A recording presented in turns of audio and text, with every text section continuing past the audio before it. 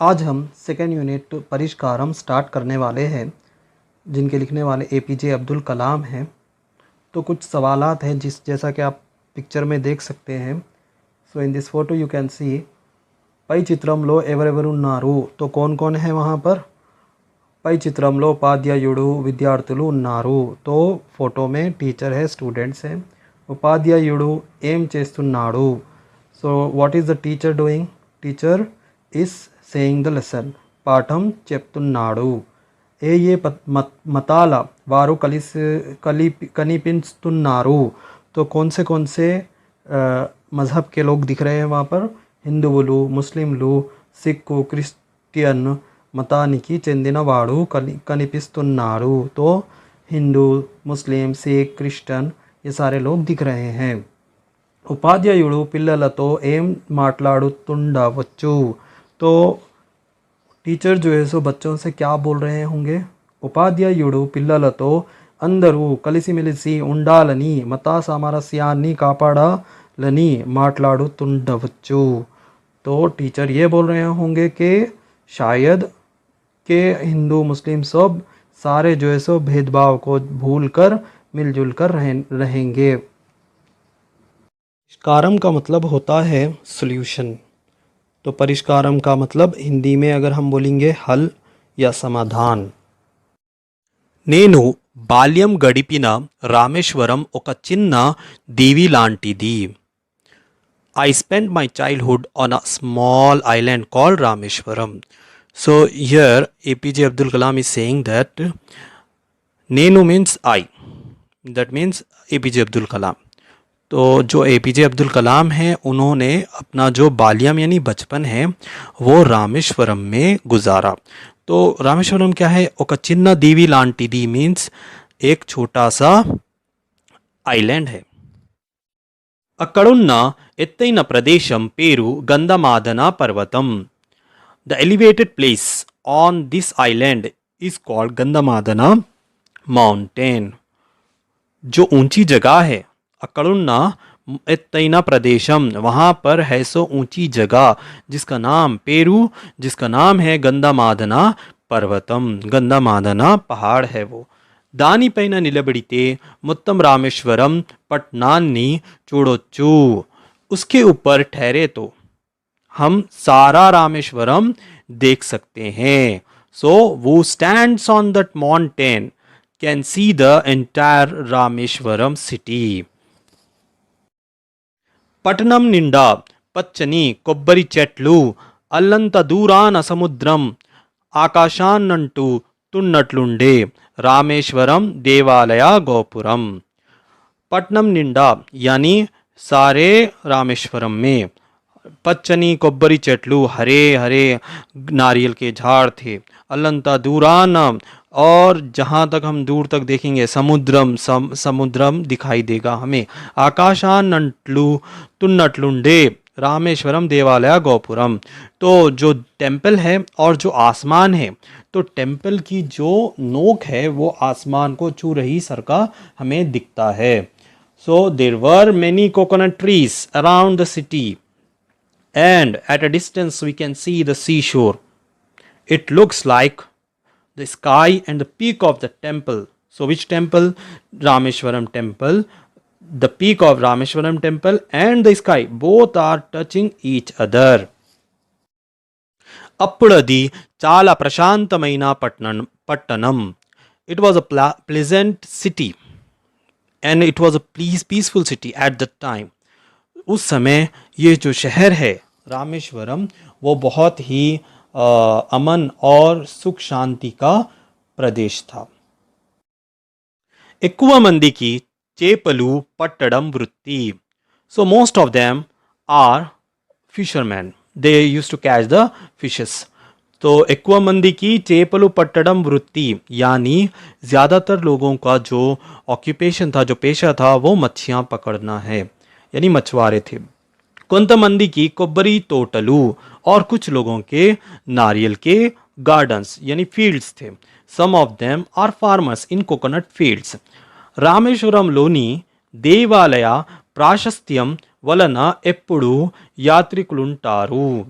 तो ये जो रामेश्वरम का जो टेम्पल है, देवालया यानी टेम्पल, तो रामेश्वरम का जो टेम्पल है उसकी इतनी पॉपुलैरिटी थी कि उसकी पॉपुलैरिटी की वजह से हमेशा वहाँ पर टूरिस्ट विजिटर्स वगैरह आते थे. Due to the popularity of Rameswaram temple, visitors are always there. చాలా మంది భారతీయులకు రామేశ్వరం యొక్క పుణ్యతీర్థం. तो ज़्यादातर इंडियंस के लिए रामेश्वरम एक पाक जगह है. For most of the Indians Rameswaram is the holy place. ఎప్పుడు యాత్రికులతో పర్యాటకులతో కలకలలాడుతూ ఉంటుంది. तो वो हमेशा टूरिस्ट विजिटर्स यहाँ पर आते थे, तो हमेशा यहाँ पर जमघट रहता था. That's why it is always crowded with tourist and visitors. పట్టణ జనాభాలో ఎక్కువ మంది హిందువులు. तो ज़्यादातर जो रामेश्वरम के रहने वाले लोग थे वो ज़्यादातर हिंदू लोग थे. देर वर మెనీ హిందూస్. అక్కడక్కడ కొంతమంది మావలే ముస్లిములు, కొంతమంది క్రైస్తవులు కూడా ఉన్నారు. वहाँ पर कुछ लोग, मावले मीन्स यहाँ पर APJ अब्दुल कलाम की यानी मुस्लिम्स थे. कुछ लोग क्रिश्चियंस भी थे. Very few Muslims like APJ Abdul Kalam. So there were Muslims and some Christians are also were living at the time in Rameshwaram. అందరూ పొరపొచ్చాలు లేకుండా మెసలు కొనేవారు. तो ये जो सारे लोग हैं, పొరపొచ్చాలు मीन्स किसी भी बिना भेदभाव के मिलजुल कर रहते थे. So they live together with love without creating any differences. So they live together. బయట ప్రపంచంలో తలెత్తుతున్న పరిణామాలు ఇంకా ఇక్కడికి చేరలేదు. तो बाहर देश में यानी दुनिया में जो भी जो है सो लड़ाई झगड़े या जो भी ज़ात पात के नाम पर या ड्रग्स एडिक्शन वगैरह जो भी बुराइयां होते थे वो यहाँ पर नहीं आए थे. The contemporary issues outside the city, outside this Rameshwaram, like contemporary issues means casteism, dowry, communalism, drinking, drug addiction, something extra like that. So this type of evil effects did not reach to Rameshwaram. ఎక్కడెక్కడ జరిగే మత కలహాల గురించి పత్రికలలో వార్తలు వచ్చిన ఇక్కడ మాత్రం పూర్వస్థితి కొనసాగుతూనే ఉన్నది.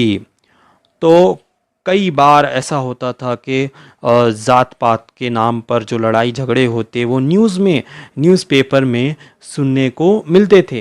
लेकिन यहाँ पर अगर कहीं पर भी एक मज़हब के लोग दूसरे मज़हब वालों को के मतलब बीच में लड़ाई झगड़ा हो जाता तो वो सुनने में तो आता था, लेकिन यहाँ पर कुछ भी उसका असर नहीं होता था. So we heard many issues related to caste, but these ill feelings have not yet reached us. ఇక్కడ తరతరాలుగా సామరస్యపూర్వక వాతావరణం నెలకొని ఉన్నది. तो यहाँ पर नस्ल दर नस्ल लोग जो है एक साथ मिलजुल कर रह रहे थे. People are living with unity from many generations. మా నాన్నగారు మా ముత్తాత గారిని గురించిన కథ ఒకటి ఎప్పుడు చెబుతూ ఉంటారు. तो हमारे जो फादर हैं यानी APJ अब्दुल कलाम के फादर उनके परदादा के बारे में हमेशा से एक कहानी बोलते थे. My father, that is the father of APJ Abdul Kalam, always tells him a story about his great grandfather. ఒక పర్వదినం నాడు రామనాథ స్వామి విగ్రహాన్ని దేవాలయం బయటకు తెచ్చి దేవాలయ ప్రాంగణంలో ఊరేగిస్తారు. సో ఒక పర్వదినం एक ख़ास दिन रामनाथ स्वामी विग्रहाన్ని, तो जो टेम्पल का जो स्टैच्यू है, रामनाथ स्वामी टेम्पल का जो स्टैच्यू है वो स्टैच्यू को बाहर निकाल कर उसके आंगन में एक रैली यानी एक जुलूस के जैसा निकालते थे. So on an auspicious day, the idol brought out of the temple and they take an procession in the temple premises.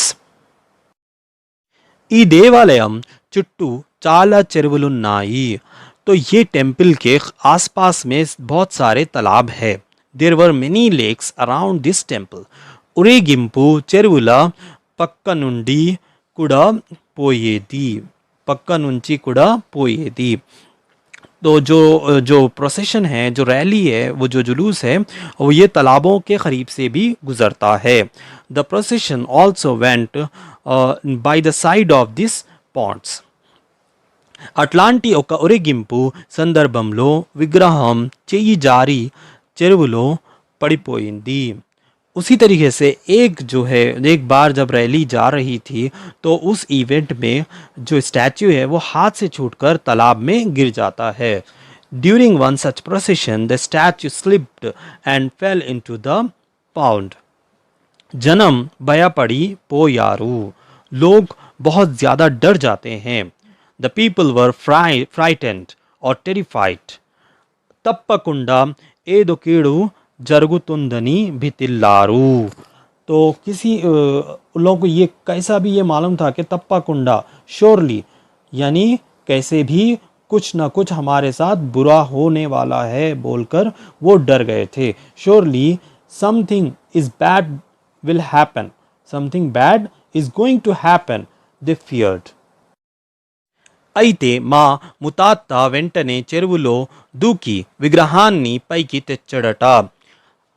तो इसीलिए हमारे जो परदादा है उन्होंने यानी एपीजे अब्दुल कलाम के परदादा उन्होंने तालाब में छलांग लगाई और उस स्टैच्यू को उसके अंदर से निकाल लिया.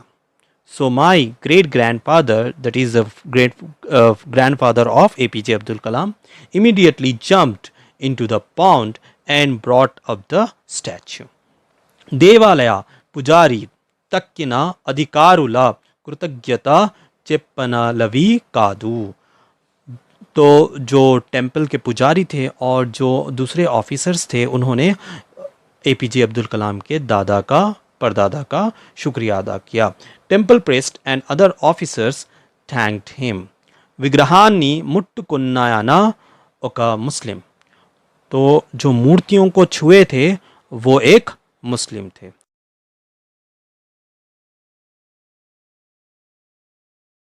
సో విగ్రహాన్ని ముట్టుకొన్నాయన ఒక ముస్లిం. तो जो स्टैच्यूज को छुए थे वो एक मुस्लिम थे. ఆయనకు విగ్రహాన్ని ముట్టుకునే అర్హత లేదు. सो ये बोले कि उनको मूर्तियों को छूने का कोई हक नहीं है. He does not deserve to touch the statues. तो इसके आगे का हम अगली क्लास में पढ़ेंगे.